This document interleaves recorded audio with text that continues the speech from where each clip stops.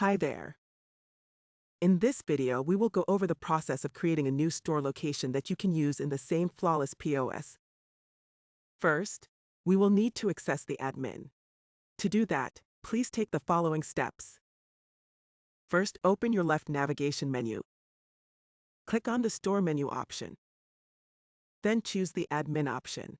You will be asked to provide your admin security code. Click the Stores tab. Here you will see all of your available stores. To create a new store, click the Add Another Store button. In the Open dialog, you will be able to enter basic details for the store such as a name and address. Once you are happy with your inputs, press OK. You will now see the newly added store in the list. Click on it to expand the details to continue editing and filling out other necessary details. That's it for creating a new store for Flawless POS account. Thanks for watching.